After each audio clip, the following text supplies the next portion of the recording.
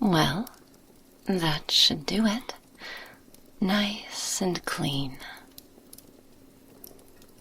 Well, of course I'm taking a peek. If I don't look, I can't make sure you're properly clean, can I? Unless you'd rather me give you a little taste test.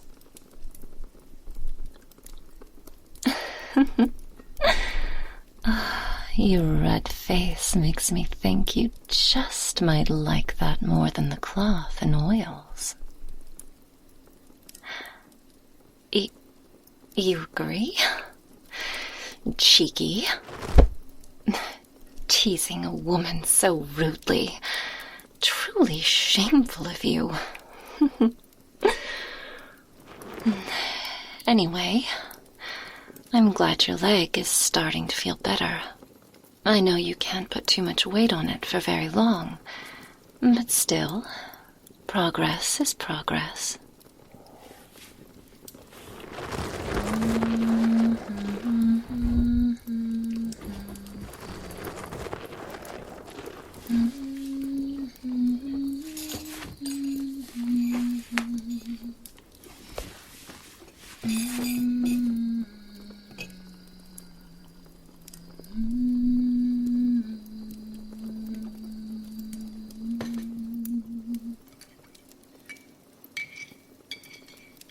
Those healing herbs to help the swelling were wonderful.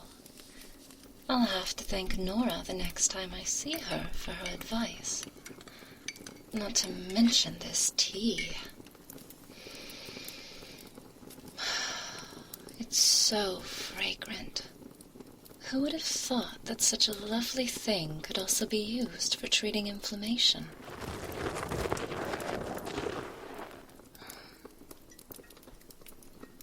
There's yours.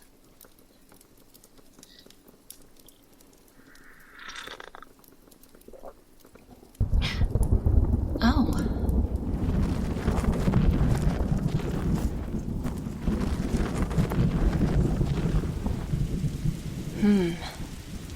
Rain again, it seems. I suppose it is that time of year, early spring and all, but I think it's rained for quite enough time already, don't you? Oh, I suppose you would say it like that. But remember, only one of us handles the cold very well. And I'm not as warm-blooded as you are, darling. Though, temperature aside, I guess there's nothing quite as uniquely lovely as the smell after it rains.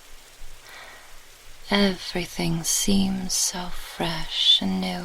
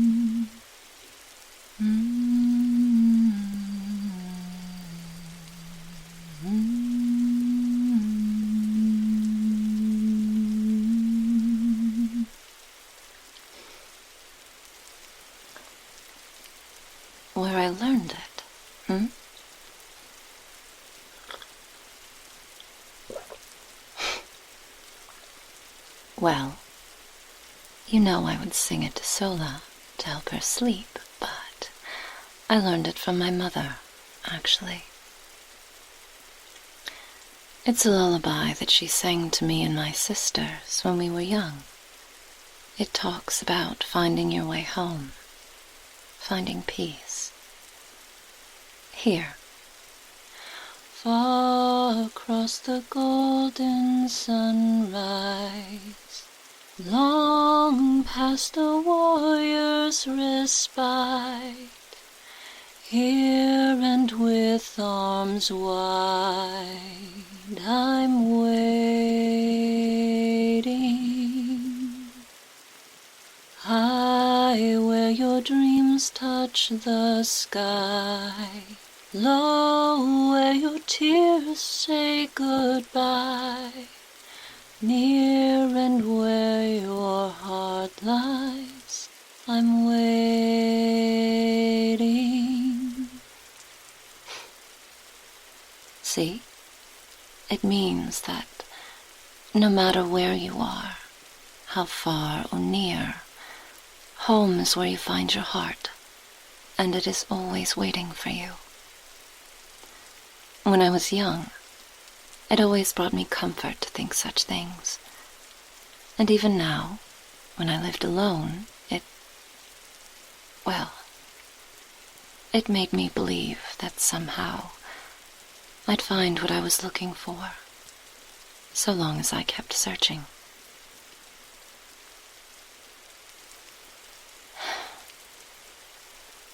Well, I'm glad you like it.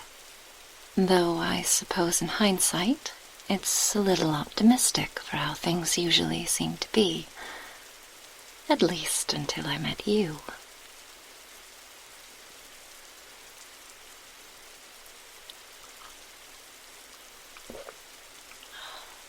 Friends other than Nora? Well, none that I would truly call a friend, but there are a handful I've come to know. I've learned that the Fae enjoy talking with travelers when they're out gathering mushrooms. I've occasionally talked with a pixie who calls herself Bellflower, I believe. I learned some of what I know of medicinal plants from her. There's another nature spirit who comes around now and then, too. She calls herself Ricket. She's something of a shapeshifter. Plays with luck. She's how I learned about various settlements, since she enjoys spying on travelers. I believe she's a Huldra.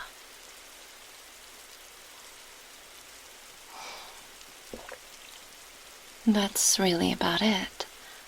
Though I've learned the pack alpha of the werewolf group nearby is named Rada. Her mate was the leader until he died, and she took over. He died due to Maeve's group, and that's why the wolves are after her. I learned that from Nora, though, and meeting a wolf or two in the forest.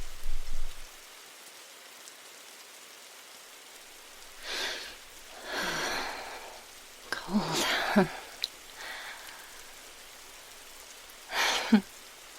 I haven't forgotten that. I remember very well how warm your body is to snuggle with. So if I do get a bit chilled, I know just where to go.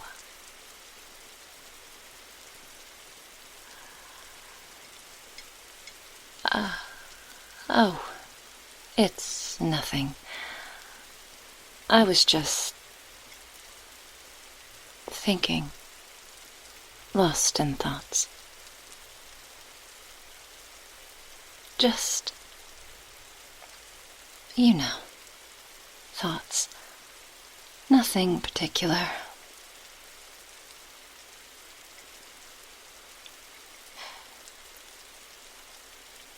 Just tell you.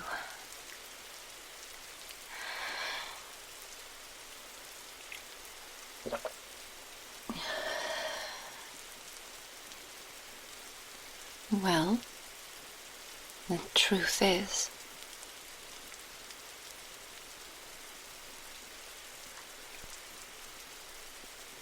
Do you remember the night we met? Those things you said? How kind you were. You were the only human to not see me as a monster, as some terrifying thing. You were frightened, but not because of what I was.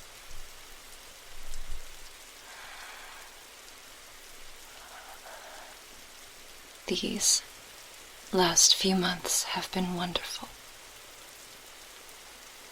I opened up to you about Sola, something even Nora doesn't know about. I told you of my encounter with my first mate, how it left a horrible mark on my heart. There was even that time with the nectar wine where we almost... But until that encounter with the bandit, you'd never seen what I can actually do to people. I killed that woman, even if she deserved it for all she had done, was going to do. I killed her.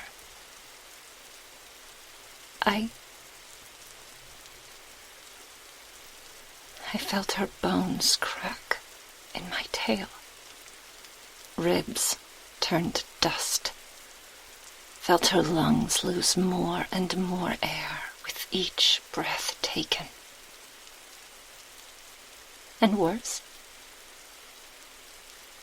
part of me actually enjoyed it.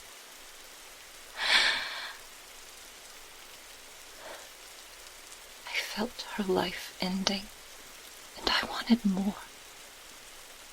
To end all of them for what they did to you. To claw them apart, rend flesh from bone, to see the looks of sheer terror on their faces as I cut them down.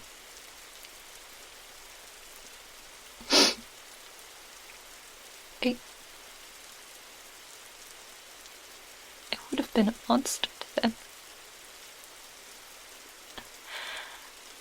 And I thought you'd see me as a monster too.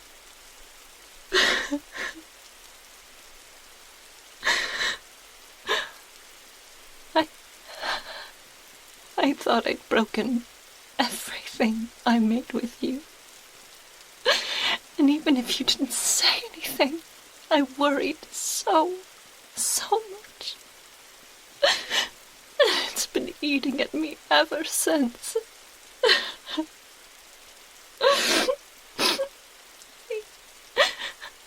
I don't want to be alone anymore. I wouldn't be able to live with myself if I...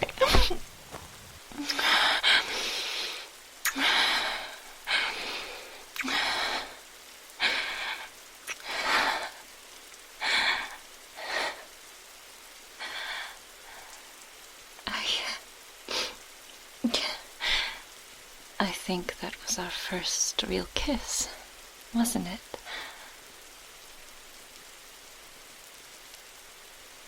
You only see me and what?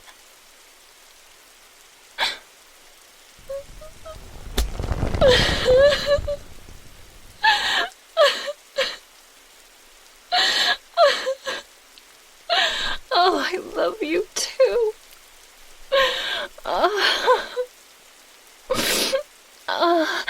I was such a fool. For so long, I'd agonized, wondered.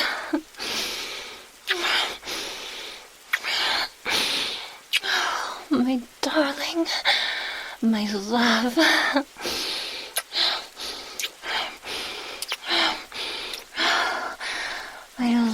you.